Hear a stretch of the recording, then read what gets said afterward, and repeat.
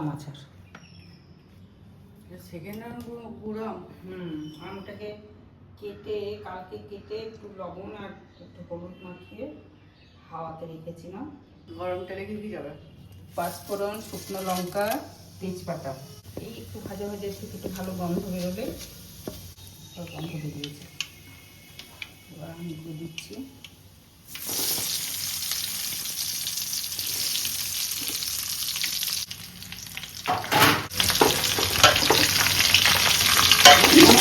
এক কেজি মতো আম আছে। আমটা আমি কালকে কেটে রেখে দিয়েছিলাম, লবণ হলুদ একটু মাখিয়ে। এখন বৃষ্টি করছে, রোদ নেই, হাওয়াতে রেখেছিলাম, জলগুলো শুকিয়ে গেছে সব। খেয়ে দিয়ে উঠে আচার বানাতে বসলাম। আচ্ছা, এই মিষ্টি আচারটাতে আমি একটা আরও নতুন উপকরণ যোগ করব। সেটা কি? সেটা হচ্ছে আম আদা।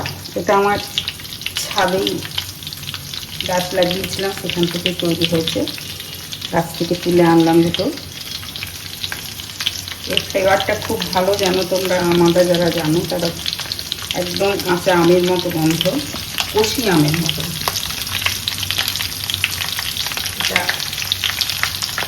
আচারটা স্বাদে গন্ধে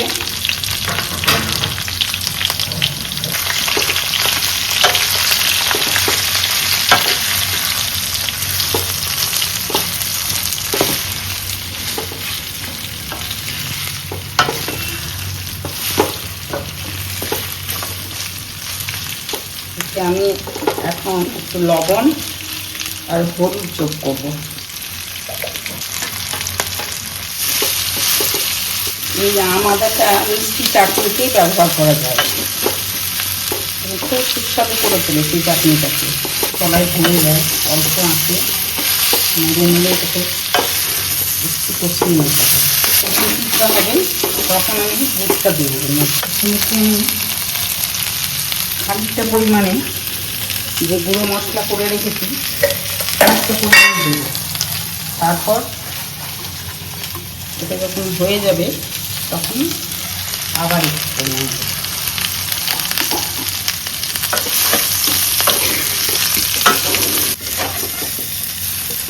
আমগুলো অর্ধেক সেদ্ধ হয়ে গেছে, এইবার আমি দুধটা দেবো। এটাও আদাটা কষানো হয়ে গেছে, আম আদা অল্প মশলা দিয়ে। এবার আমি গুড়টা দেব।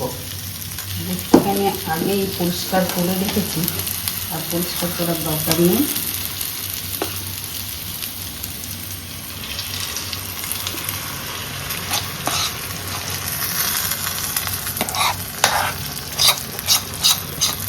এক কেজি মতো দুধ দিলাম। আমটাগুলো টক ছিল, গুড় একটু খাবে। এটা 20-25 মিনিট মতো ফুটবে। ফুটে গুড়ে আমে মাখামাখি হয়ে যাবে, কালারটাও চেঞ্জ হয়ে যাবে।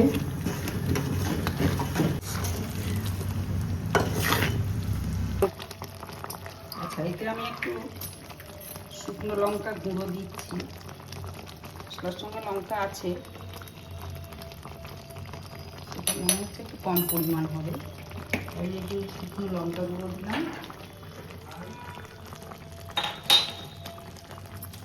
বিট লবণ দিচ্ছি। বিট লবণের গন্ধটা খুব ভালো আছে।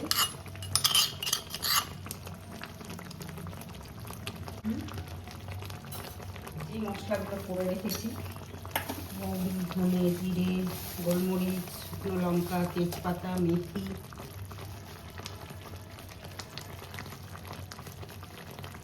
সেটাও আর একটু দিয়ে দিচ্ছি।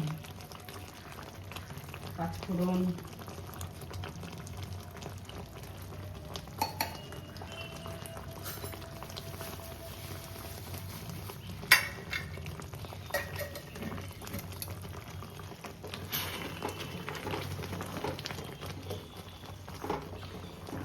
ঝোল রাখতে হবে, তা নাহলে ঠান্ডা হলে এটা জমে যাবে।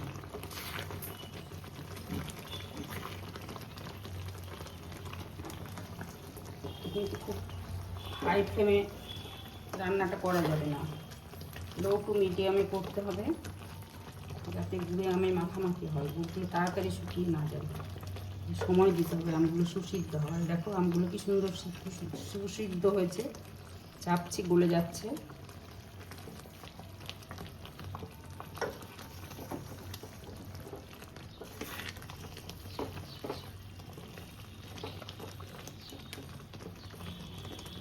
কালারটা ভারী সুন্দর এসেছে।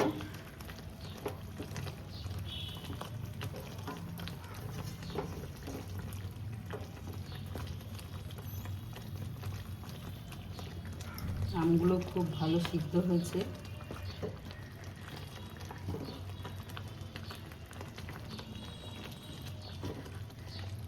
এই গ্রেভিটাই হচ্ছে একদম ঠিকঠাক গ্রেভি।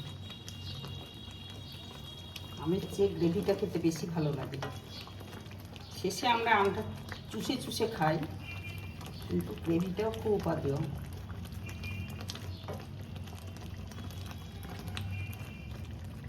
তোমরাও বানাবে আম আদা দিয়ে এইভাবে। আমি দুরকম পদ্ধতিতে করলাম।